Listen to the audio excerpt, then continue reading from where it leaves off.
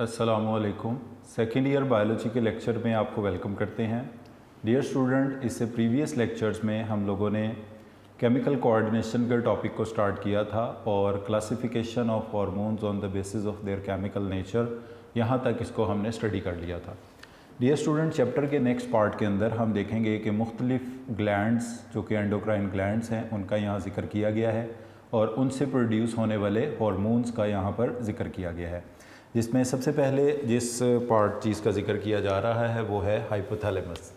वैसे तो हम जानते हैं it is part of the fore brain.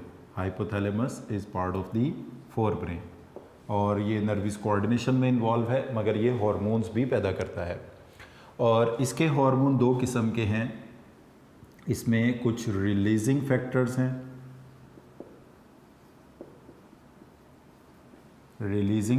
हैं, और कुछ इसमें इनहिबिटरी फैक्टर्स हैं।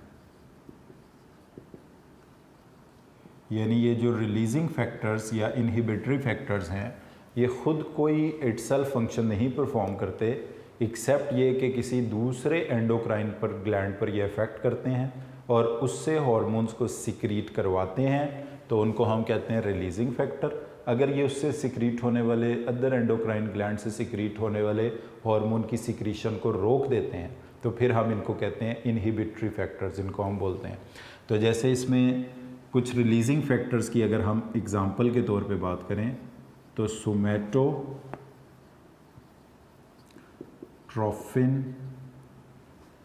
Releasing factor, सोमैटोट्रोफिन releasing factor. अब ये हार्मोन जिसको हम एब्रीवेट कर सकते हैं SRF से, सोमैटोट्रोफिन रिलीजिंग फैक्टर, ये हाइपोथैलेमस में प्रोड्यूस होगा और हाइपोथैलेमस से निकलकर ये ब्लड में जाएगा और ब्लड कैपिलरीज के ज़रिए ये पहुंचेगा interior lobe of pituitary gland तक और वहाँ से सोमैटोट्रोफिक हार्मोन को रिलीज़ करवाएगा। यानी सोमैटोट्रोफिन रिलीजिंग फैक्टर की वजह से anterior lobe of the pituitary gland से सोमैटोट्रोफिक हार्मोन रिलीज़ होगा। तो इस हार्मोन ने इटसेल्फ कोई काम नहीं करना, इसने सोमैटोट्रोफिक हार्मोन को रिलीज़ करना है और आगे जो भी काम करना है वो उसने फंक्शन परफॉर्म करना है। इसी तरह इंटीरियर लोब से TSH को पैदा कराने के लिए जो फैक्टर जाता है इसको कहते हैं थायरोट्रोफिन रिलीजिंग फैक्टर,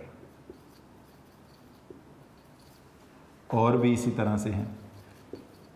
तो TRF इसको हम बोलते हैं। अब इसकी वजह से फिर anterior lobe of pituitary gland पैदा करेगी थायराइड स्टिमुलेटिंग हार्मोन, जिसको एब्रीवेट करते हैं TSH से। और भी एग्जांपल ली जा सकती हैं रिलीजिंग फैक्टर्स की। इनहिबिटरी फैक्टर की हम बात करें तो इससे मुराद है प्रोलैक्टिन इनहिबिटरी हार्मोन, फैक्टर भी कह सकते हैं PIH। इससे क्या बनेगा? प्रोलैक्टिन इनहिबिटरी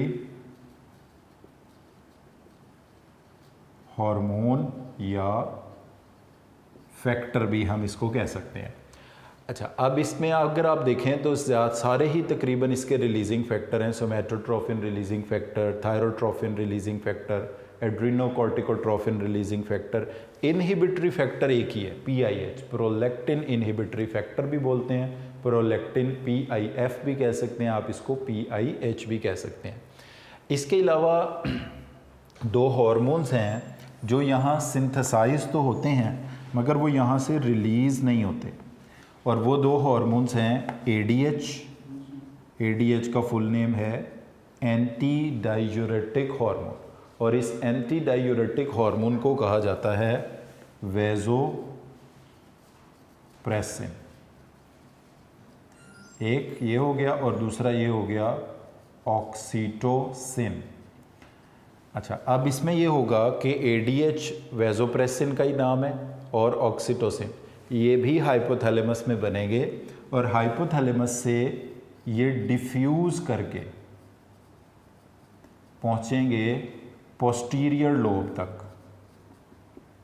तो इनके बारे में एक बहुत इम्पॉर्टेंट पॉइंट आपने याद रखना है।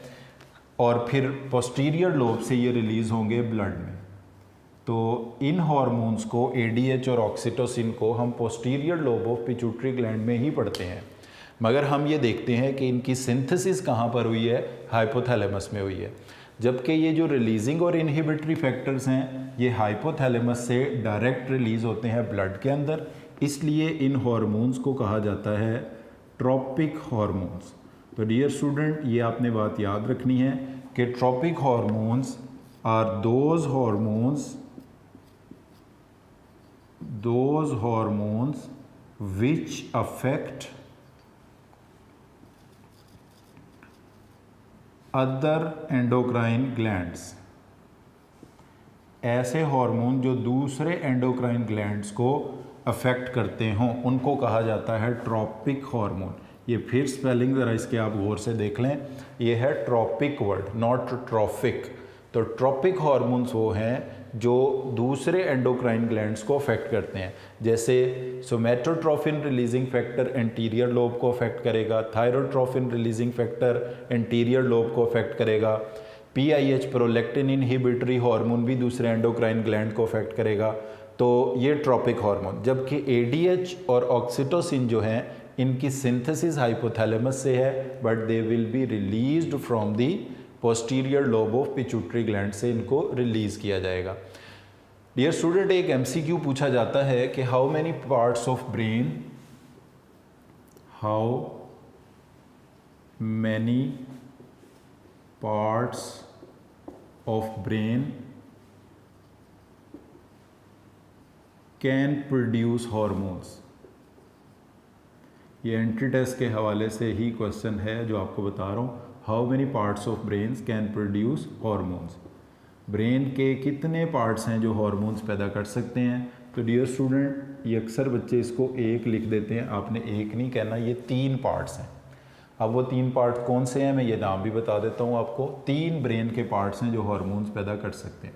उसमें नंबर 1 पर तो ये हाइपोथैलेमस है जो कि हार्मोन्स पैदा करता है। इसके बाद दूसरे नंबर पर जो है वो है पिट्यूटरी ग्लैंड। पिट्यूटरी ग्लैंड का एक और नाम भी होता है, इसको कहा जाता है हाइपोफाइसिस सेरिब्री। हाइपोफाइसिस सेरिब्री जो 2 लोब सेरिब्रम की जुड़ी हुई हैं उनके नीचे वाला पार्ट है, इसको हाइपोफाइसिस सेरिब्री पिट्यूटरी ग्लैंड ब्रेन का पार्ट है मगर हार्मोन पैदा करता है।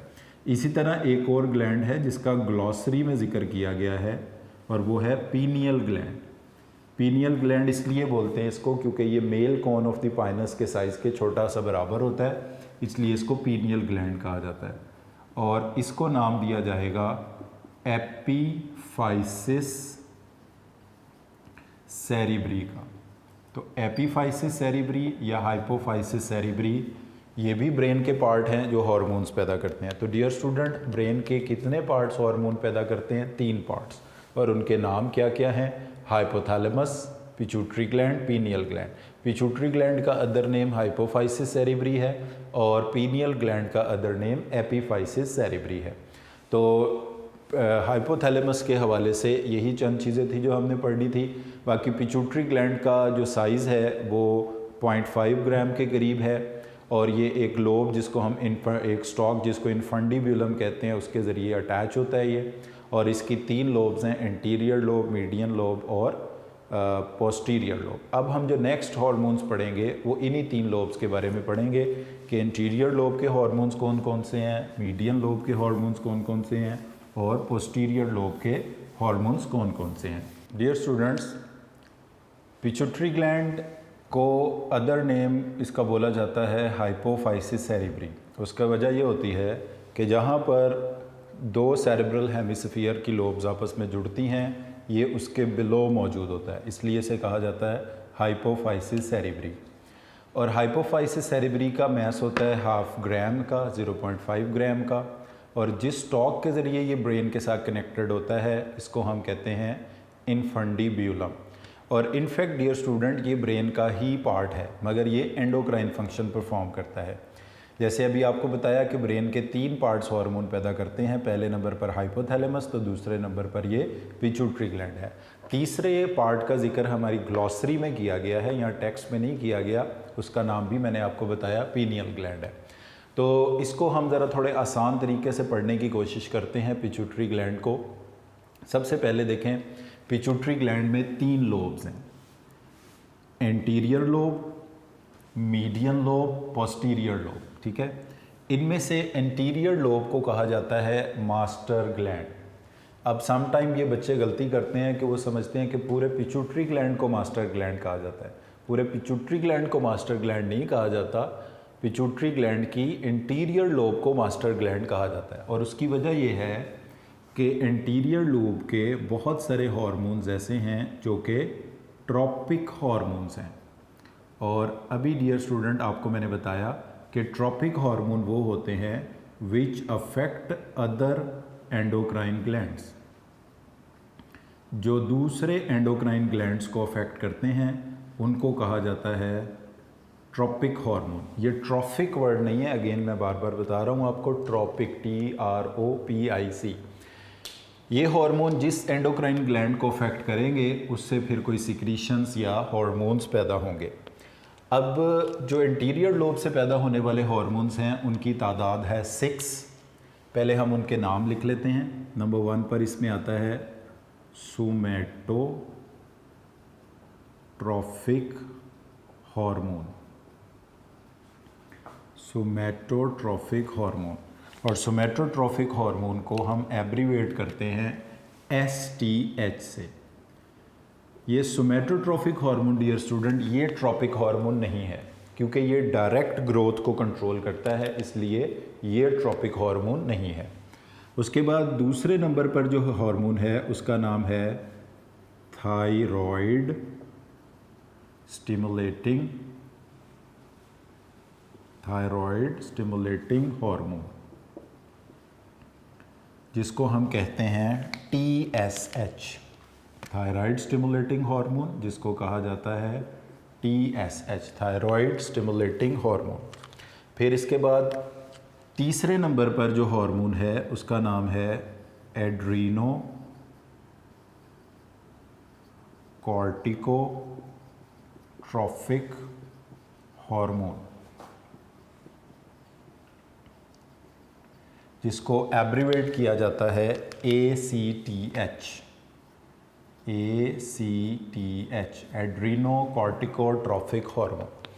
इसके बाद डियर स्टूडेंट्स जो बाकी 3 हार्मोन्स बचते हैं एंटीरियर लोब के, वो बिकॉज गोनेड्स को अफेक्ट करते हैं, तो इसलिए इन तीनों को कलेक्टिवली कहा गया है बुक में गोनेडोट्रॉफिक हार्मोन, मगर हम उनके अलग-अलग नाम भी यहाँ पर लिखेंगे। जैसे पहले नंबर पर इसमें से गोनेडोट्रॉफिक हार्मोन्स में से जो पहला हार्मोन है उसका नाम है फॉलिकल स्टिमुलेटिंग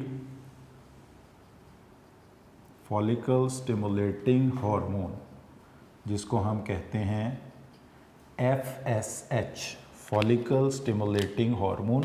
अब बिकॉज ये फीमेल ओवरीज को अफेक्ट करते हैं और फीमेल ओवरीज में पाए जाने वाले छोटे छोटे जो सैक्स होते हैं जिन्हें फॉलिकल्स कहते हैं, जिनके अंदर एग बनता है, उनको स्टिमुलेट करते हैं। और फीमेल ओवरीज जो हैं ये गोनेड्स हैं, रिप्रोडक्टिव ऑर्गन्स हैं, इसलिए इसको गोनेडोट्रॉफिक हार्मोन में रखा गया। और मेल्स में यही जो फॉलिकल स्टिमुलेटिंग हार्मोन है ये टेस्टिस और उनकी जो इनर टिब्यूल्स होती हैं जिनका नाम सेमिनिफेरस टिब्यूल्स है, उनकी इनर लाइनिंग को स्टिमुलेट करते हैं ताकि वहाँ पर स्पर्म बनने का प्रोसेस शुरू हो। तो फॉलिकल स्टिमुलेटिंग हार्मोन जो है जिसको एब्रीवेट किया जाता है FSH से, ये एक गोनेडोट्रॉफिक हार्मोन है। इसके बाद नेक्स्ट जो उसके बाद हार्मोन जिसको हम डिस्कस करने जा रहे हैं इसका नाम है LH ल्यूटिनाइजिंग हार्मोन, जिसको मेल्स में ICSH भी कहा जाता है। अब हम यहाँ पर इसके दोनों नाम लिख लेते हैं,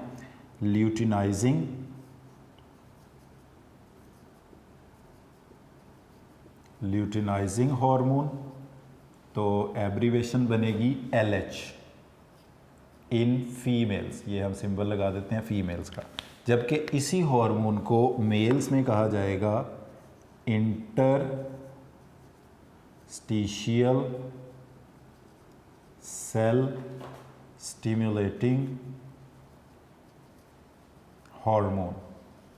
इंटरस्टिशियल सेल स्टिमुलेटिंग हार्मोन इसको मेल्स में बोला जाएगा।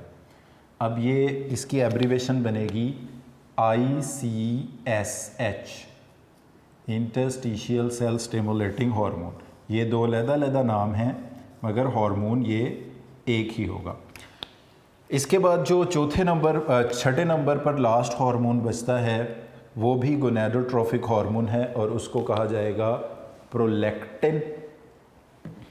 प्रोलैक्टिन हार्मोन जो है वो बनेगा प्रोलैक्टिन, छठा हार्मोन।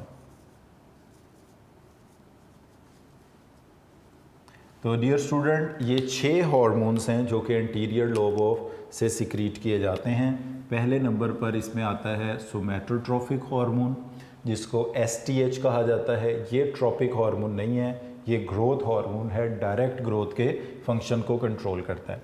दूसरे नंबर पर आता है थायराइड स्टिमुलेटिंग हार्मोन जिसको TSH कहा जाता है। तीसरे नंबर पर है एड्रीनोकॉर्टिकोट्रोफिक हार्मोन जिसको ACTH से एब्रीवेट किया जाता है। फिर आता है फॉलिकल स्टिमुलेटिंग हार्मोन जिसको FSH बोला जाता है। और इसके बाद ल्यूटिनाइजिंग हार्मोन फीमेल्स में जिसकी एब्रीवेशन LH है। और interstitial cell stimulating hormones male में जिसकी एब्रीवेशन ICSH है। ये दोनों एक ही काउंट होंगे। और चौथे आखिरी नंबर पर है प्रोलैक्टिन। इन तीनों को कलेक्टिवली GH भी बोला जाता है, गोनेडोट्रोफिक हार्मोन भी कहा जाता है। मगर टोटल जो हमारी इंटीरियर लोब के हार्मोन्स बनते हैं उनकी तादाद है 6। उनकी तादाद 6 है और वो नाम मैंने ये आपके सामने लिख दिए हैं। ये दोनों एक ही काउंट होंगे और प्रोलैक्टिन। इसके बाद डियर स्टूडेंट नेक्स्ट मूव करते हैं पोस्टीरियर लोब की तरफ। तो पोस्टीरियर लोब से 2 हार्मोन्स सिक्रीट होते हैं। पहले नंबर पर जो पोस्टीरियर लोब का हार्मोन है इसको कहा जाता है वेजोप्रेसिन। वेजोप्रेसिन का अदर नेम है ADH, एंटी डायूरेटिक हार्मोन, जिसको हमने चैप्टर नंबर 15 में collecting ducts of the nephron के साथ भी हमने इसको पढ़ चुके हैं। इसके बाद जो दूसरा हार्मोन पोस्टीरियर लोब का है इसको कहा जाता है ऑक्सीटोसिन। ऑक्सीटोसिन हार्मोन का इसको नाम दिया जाता है। तो वेजोप्रेसिन ADH एक ही बात है। ये पोस्टीरियर लोब का हार्मोन, ऑक्सीटोसिन भी पोस्टीरियर। तो अब ये हो गया 7वां और 8वां, यानी टोटल हार्मोन्स की अगर हम बात करेंगे तो वो तादाद 9 बनेगी, जिसमें से 6 एंटीरियर लोब के हैं, 2 पोस्टीरियर लोब के हैं। अब आ जाते हैं मीडियन लोब पर। तो मीडियन लोब से डियर स्टूडेंट एक ही हार्मोन सिक्रीट होता है जिसका नाम है मेलानोफोर स्टिमुलेटिंग हार्मोन। मेलानोफोर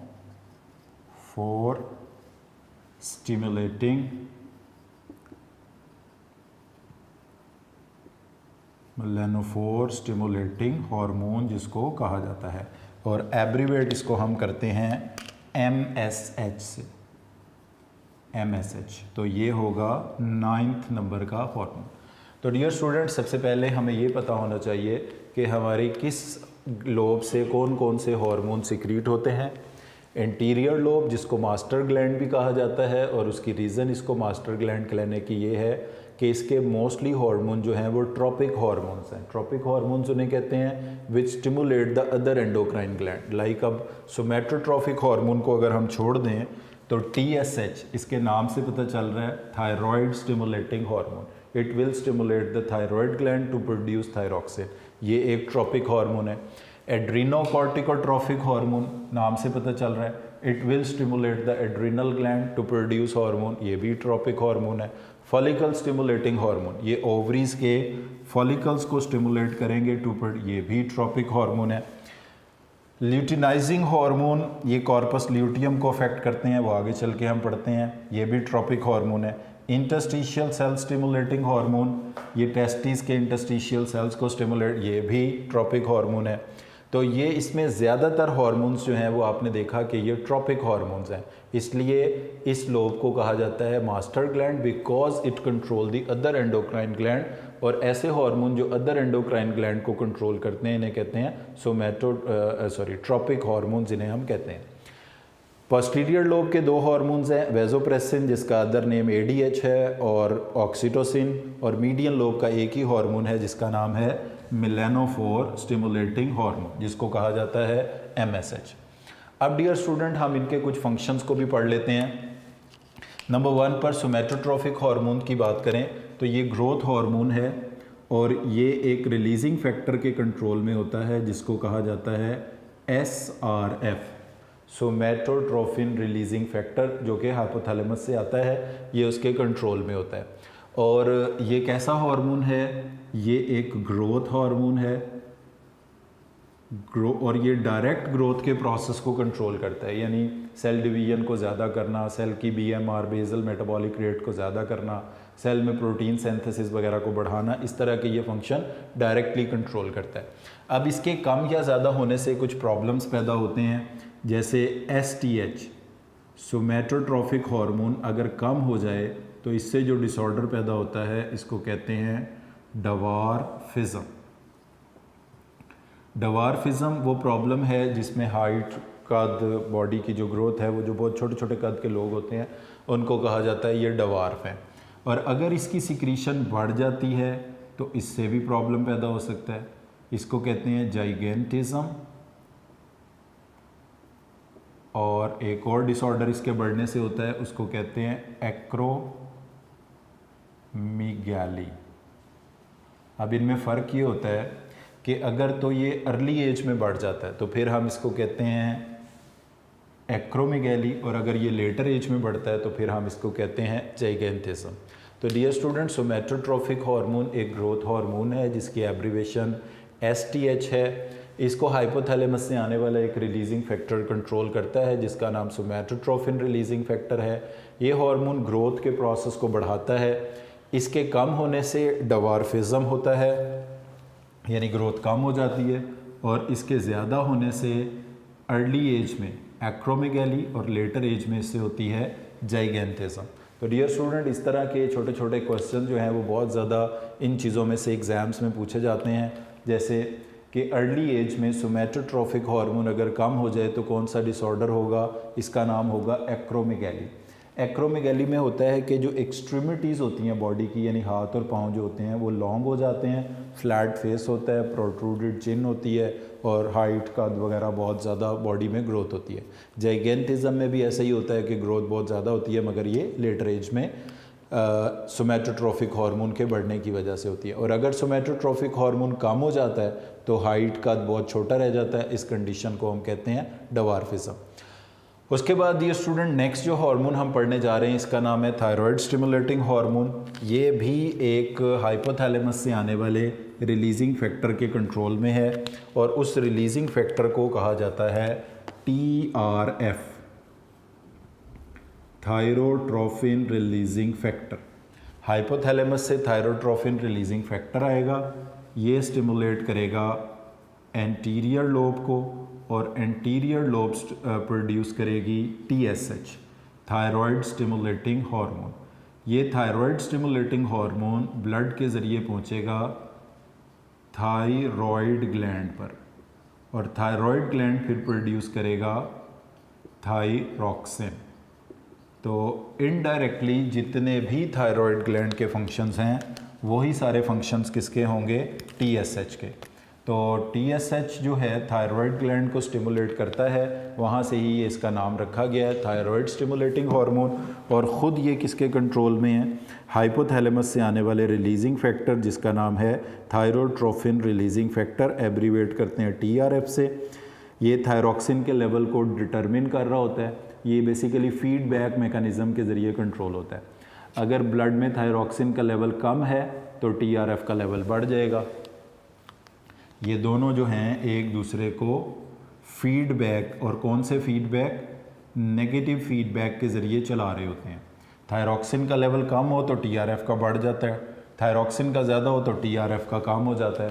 तो ब्लड में थायरॉक्सिन के लेवल को मॉनिटर कर रहा होता है हाइपोथैलेमस, वो उसके मुताबिक thyroid releasing TRF thyrotrophin releasing factor secrete करता है या नहीं करता।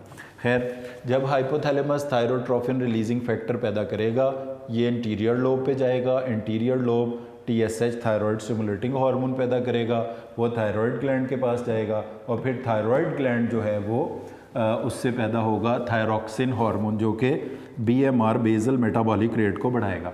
अब इनडायरेक्टली डियर स्टूडेंट्स अगर हम देखें जो थायरॉक्सिन है ये बॉडी के कंट्रोल करता है BMR को, बेजल मेटाबॉलिक रेट को, जिसमें चंद चीज़ें शामिल हैं वो मैं बता देता हूँ आपको, जैसे ब्रेक डाउन ऑफ ग्लूकोज इसमें शामिल है, कंजम्पशन ऑफ ऑक्सीजन है, रिलीज़ ऑफ कार्बन डाइऑक्साइड है, ATP का पैदा होना है, ये सारे फंक्शंस इसमें इन्वॉल्व हैं। और इसके साथ साथ ये मिलकर थायरॉक्सिन सोमैटोट्रोफिक हार्मोन के साथ मिलकर ग्रोथ को कंट्रोल करेगा, यानी मिलकर उसके साथ ये ग्रोथ का प्रोसेस करवाएगा। और जो rapid period of growth and development होते हैं, यानी जो ग्रोथ के पीरियड हैं यानी बच्चों के अंदर और बर्थ से पहले जो डेवलपमेंट का पीरियड, उस दौरान इसका लेवल बहुत ज़्यादा मॉनिटर करना मतलब मेंटेन रहना ज़रूरी होता है। और TSH थायराइड ग्लैंड को स्टिमुलेट करेगा और उसकी सिक्रीटरी एक्टिविटी को बढ़ाएगा। इसके बाद ये जो एड्रीनोकॉर्टिकोट्रोफिक हार्मोन है इसके रिलीजिंग फैक्टर का नाम ये भी आप बुक से देख सकते हैं, मैंने पहले भी लिखा था, कॉर्टिकोट्रोफिन रिलीजिंग फैक्टर इसको हम कहते हैं। ये भी हाइपोथैलेमस से आता है और ये ब्लड में स्टीरॉयड के लेवल से गवर्न होता है।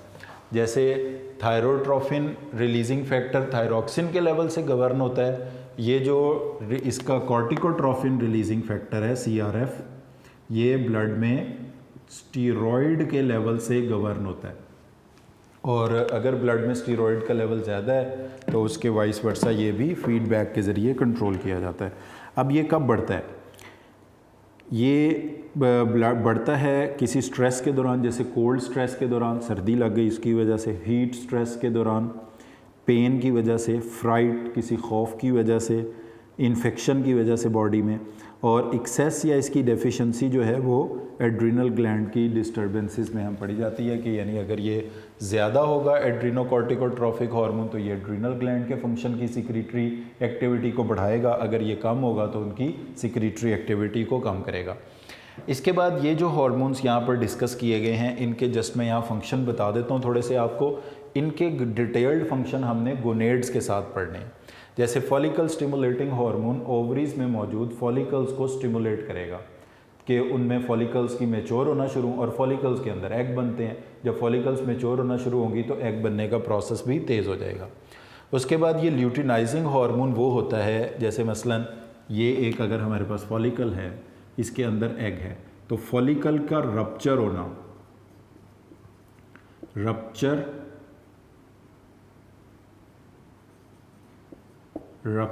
Of follicles, rupture of follicle से क्या होता है, एग रिलीज होता है और ये प्रोसेस कहलाता है ओव्यूलेशन। इससे एग रिलीज होता है। और ये जो फॉलिकल था इसको स्टिमुलेट किया था FSH ने। रप्चर होने के बाद ये कहलाता है कॉर्पस ल्यूटियम। तो इसको रप्चर करवाना किसका काम है, LH का। तो LH क्या करता है, फॉलिकल्स को रप्चर करता है ताकि उनसे एग रिलीज हो, और ये प्रोसेस कहलाता है ओव्यूलेशन। यानी LH का फंक्शन ये है ओव्यूलेशन, ओव्यूलेशन कॉज करना रप्चर ऑफ फॉलिकल्स ताकि उनसे एग रिलीज हो। और ICSH ये मेल्स में सेल्स होते हैं जिनको बोलते हैं इंटरस्टिशियल सेल। ये अभी हम आगे चल के गोनेड्स में बड़ी डिटेल से पढ़ लेंगे, इसलिए ज़्यादा वक्त यहाँ पे ज़ाया नहीं करते इसमें। और प्रोलैक्टिन हार्मोन जो है ये मेमोरी ग्लैंड्स को स्टिमुलेट करता है फॉर मिल्क प्रोडक्शन, और मिल्क प्रोडक्शन को हम कहते हैं लैक्टेशन। तो लैक्टेशन के लिए ये मेमोरी ग्लैंड्स को स्टिमुलेट करता है। इसको भी हमने आगे चल के इन डिटेल देख लेना है, तो वहीं पर इसको हम देख लेंगे। तो डियर स्टूडेंट, अभी हमने इंटीरियर लोब के 6 हार्मोन्स को डिस्कस किया है, जिसमें से गोनेडोट्रोफिक हार्मोन को हमने थोड़ा अभी ब्रीफली डिस्कस किया है, क्योंकि अभी आगे चल के ओवरीज का और टेस्टिस का टॉपिक इन डिटेल आएगा, तो उनके साथ हम या नेक्स्ट लेक्चर में हम उनको साथ रिलेट करके इसको पढ़ लेंगे। बाकी अभी हमने पोस्टीरियर लोब और मीडियन लोब के हार्मोन्स के फंक्शन इसमें नहीं डिस्कस किए, तो आज के लेक्चर को हम इधर ही डिसकंटिन्यू करते हैं और नेक्स्ट लेक्चर में फिर जहाँ से हमने ये फंक्शंस छोड़े हैं इनको यहाँ से हम टेकअप करेंगे। तो पिट्यूटरी ग्लैंड की इंटीरियर लोब को अभी आप लोगों ने अच्छी तरह से पढ़ लेना है। बाकी पोस्टीरियर मीडियन लोब के हार्मोन्स के नेम्स मैंने आपको बता दिए हैं, जिनको हम नेक्स्ट लेक्चर में इन डिटेल इनके फंक्शंस को 1 बाय 1 डिस्कस करेंगे। तो आज के लेक्चर को हम इधर ही वाइंड अप कर रहे हैं। Thank you very much for today.